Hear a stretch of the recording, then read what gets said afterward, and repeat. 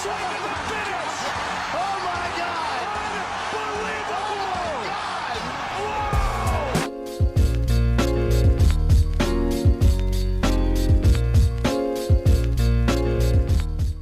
And I spoke to you in Miami, and I had asked you your thoughts about this, I guess, expected title fight between Leon Edwards and Colby Covington. And since you already fought and you're about to log in your second fight, and that fight still hasn't been made, what are your thoughts on kind of the belt not being active at this point in time at 170?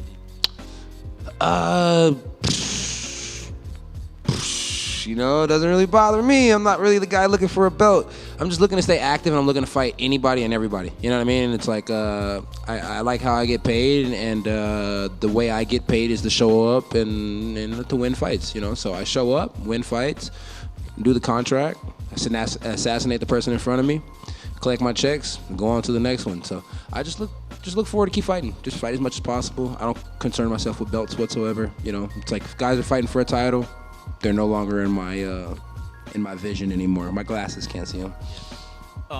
Why are you not focused on the belt? Like, why is that something that doesn't? Why are you guys so focused on the fucking belt all the time? Like, Well, I excuse my language, but why are you so focused on the belt? I just told you I'm not worried about the belt, and you go back and repeat, ask me about the belt. Like, I'm not worried about the belt. Why are you so worried about the belt?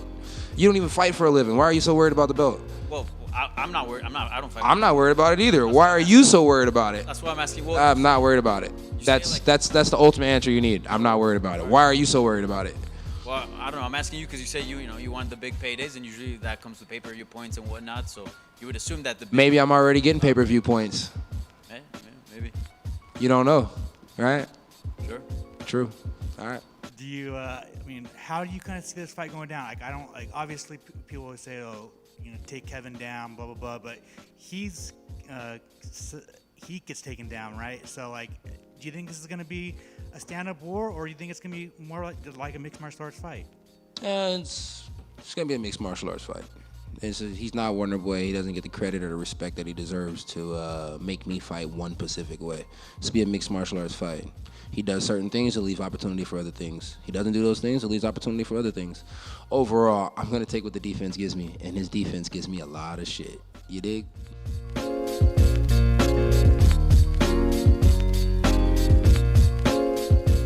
See how it goes.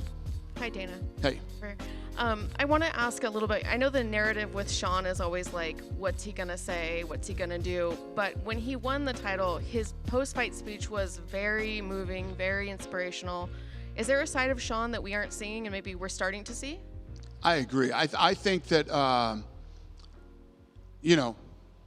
2 weeks before that, we were in Boston. And I asked the media, there were 70 media members at the press conference, how many people thought that was going to be the outcome? And one guy raised his hand out of 70 media.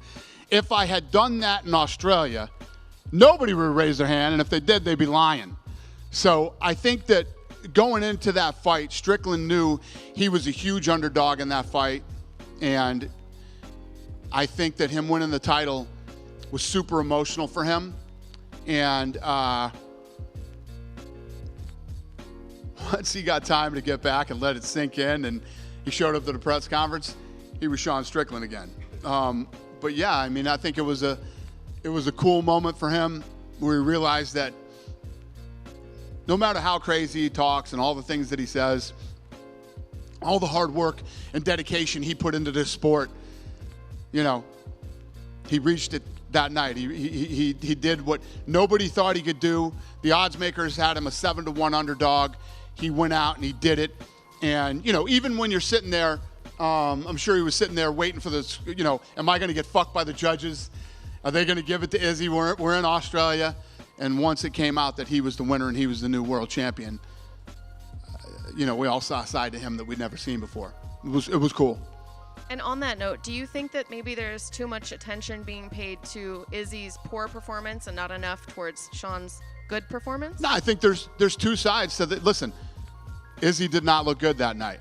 He looked slow. He looked lethargic. He looked whatever.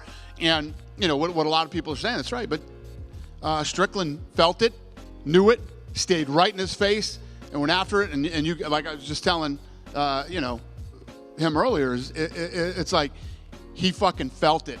And he couldn't wait to get back out of that corner, to get back in there and and win that title.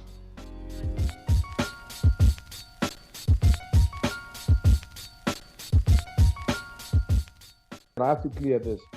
You know, I'm not taking on the UFC. I know the powers that be. I'm not taking on Dana. They have their ways of doing things, and it's a business, and they run it extremely well. But what I am saying is, I honestly don't feel like Dana White knew who I was up until the Whittaker win. I honestly don't know. I don't think he knew who Dricus du Plessis was up until after that win. And after winning that fight, I went into that fight injured. And I declared to them, listen, I cannot go through a camp. I was injured my foot 3 weeks before the Whittaker fight, flew out, fought the fight, had a great performance. The hard work was done. I didn't spend the whole camp injured. But to go into another camp immediately injured for the world title, I don't think that's justified. I don't think it's fair to be at all be pissed off with me. And obviously, you know, I said this before as well, with the TJ Dillashaw situation where his shoulder was completely screwed up when he fought Aljamain. And Dana and the UFC went and they were kind of pissed off at him for not declaring the injury and taking the fight and having a terrible performance. They were pissed off at him. They said, listen, now you are, it's a terrible performance. We could have stopped the fight. We could have postponed the fight, whatever. Now I go and do exactly that. I don't want to put on a bad performance. I don't want to have a half-assed camp. I want to have a great camp. At least start my camp healthy, because nobody gets into the cage healthy.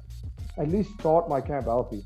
And I do exactly that after fighting 3 times in 7 months.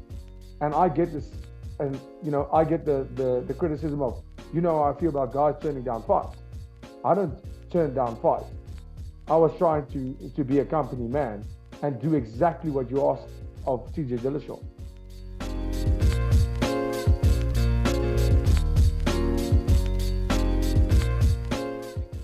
Valentina, during this camp and actually coming in here this week, do you feel more like you're the challenger, or you still have that connection to being a champion? Are you in here with champion mentality? I cannot get rid about my nature. I cannot get rid. I'm not challenger. I'm yes in this situation, but I just cannot get rid of 17 times World Muay Thai Championship, 7 title defense in UFC. I just cannot throw it away. It would be like bad for any person who would like turn it different way. I know who I am. I know how strong I am. I know how dangerous I can be, and this is everything I will turn into my side for the Saturday. Kind of related to that, you've never been a fighter who would come in and be super concerned with your persona and your brand. You just are who you are. But today, you really look reflective of someone who's coming in military fatigues. Do you have the mentality that you have to go to war on Saturday night? In a certain way, it might be like that, but I'm not wearing today anything special. This is how you will see me like every day, mostly days, if I'm not dressed up for some events. So it's kind of like I'm just bringing my personality today. I bring in my like how I feel comfortable. Valentina, you've had rematches before, but does this rematch feel different at all just because of how the first fight ended compared to your other rematches you've had? I would say there is no comparison between rematches, even between fights, even between fights with the same opponent. It's every time gonna be the new history, the new chapter. And it's not only because of the fight, but also because how you approach to the fight. What is your mental condition right now at this moment? What is your training camp have been? What you ate, what you sleep, how you think? It's gonna be every time different. That's why for me it's new fight, new history, completely new everything.